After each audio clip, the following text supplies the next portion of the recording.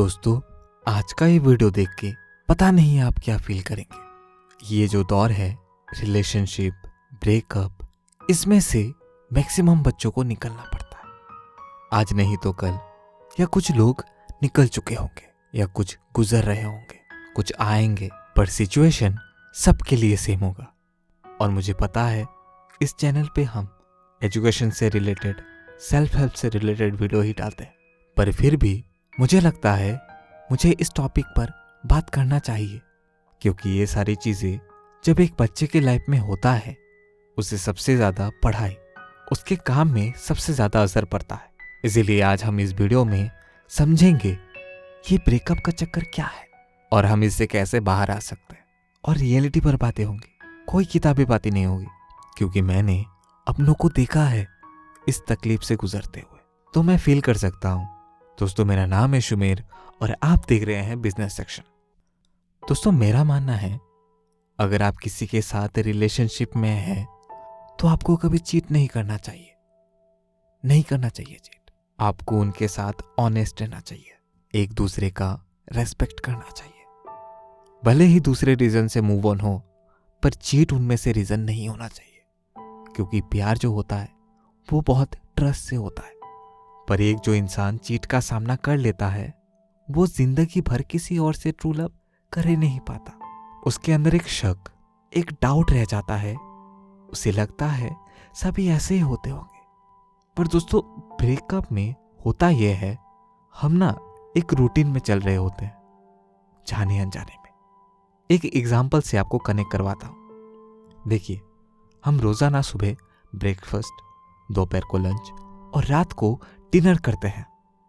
अब किसी को अगले दिन अगर उपवास रखना हो तो उस दिन सुबह उठने के साथ साथ सबसे पहले हमें भूख लगती है। दूसरे दिन के मुकाबले 1 आध घंटे पहले ही लग जाती है।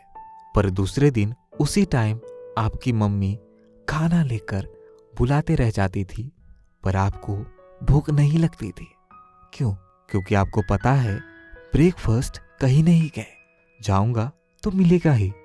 पर जैसे ही उपवास के दिन रूटीन टूटती है, उस दिन सबसे पहले हमें भूख लगता है। मीन्स जब हम कुछ रूटीन फॉलो कर रहे होते हैं और हमें जब पता होता है अब आगे से वो चीज़ें हमें नहीं मिलेंगे, तो उस टाइम सबसे ज़्यादा दुख और पेन होता है। मतलब जब आपको पता लगता है अब से सुबह की गुड मॉर्निंग नहीं आएंगे, ऑफिस जाते वक्त, ट्यूशन जाते वक्त 30-35 मिनट जो बातें होती थी वो अब से नहीं हुआ करेंगी। अब ये फर्क नहीं पड़ता आप बॉयज हैं, गर्ल्स हैं, सबके साथ सेम है। अब जब सडनली ऐसी सिचुएशन होती है, उसके बाद उस चीज़ को सोच के आपको सबसे ज़्यादा तकलीफ होती है, बहुत तकलीफ होती है, और होनी भी चाहिए। अगर आपको नहीं होती तो आपका दिल पत्थर का है। मेरे शब्द कठोर लग सकते हैं, पर रियलिटी है, पेन तो सबको होता है। पर मैं आपसे पूछना चाहता हूं, कब तक हम उसी प्रॉब्लम में, उसी तकलीफ में खुद में दबा कर रखेंगे? कब तक? लाइफ सबसे एक बार मूव ऑन मांगती है। अब ये आप पर डिपेंड करता है मेरे दोस्त, उसे आप पॉजिटिव वे में लेते हैं या नेगेटिव वे में। क्योंकि आज से 10-15 साल बाद आप ये एक्सक्यूज नहीं दे सकते हैं मैं लाइफ में कुछ बड़ा नहीं कर पाया क्योंकि मेरा ब्रेकअप हो गया था।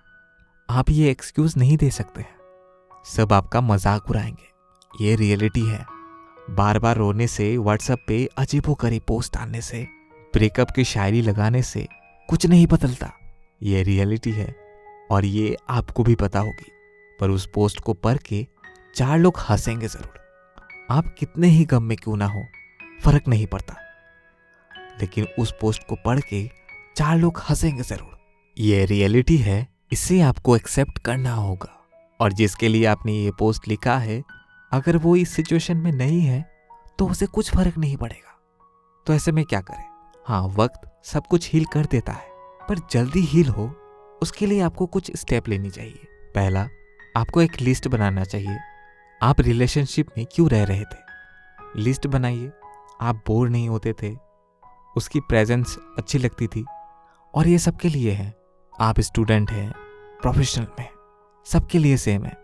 उनके साथ टाइम स्पेंड करना अच्छा लगता था, उनके साथ सारी बातें शेयर कर पाते थे।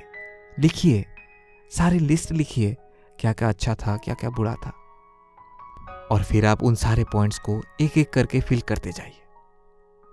जैसे बोर नहीं होते थे तो आप उसके जगह कुछ ऐसा पैशन ढूंढिए जिससे आपका ये कमी पूरा हो जाए। बातें शेयर कर सकते थे तो उसके जगह पर आप अपने मॉम डैड को, अपने दोस्तों के साथ जिसे आप शेयर कर पाते हो तो उसे शेयर करिए। और ऐसा एक दोस्त सबके पास जरूर होता है।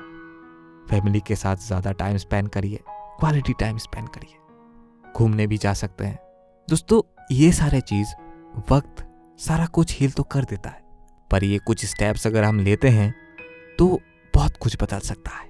दोस्तों, ये मूव ऑन बहुत बड़ी चीज़ होती है, सब नहीं कर पाते, क्योंकि उसके बाद आप अपने आप को पहचान पाते हो कौन आपके साथ है और कौन नहीं।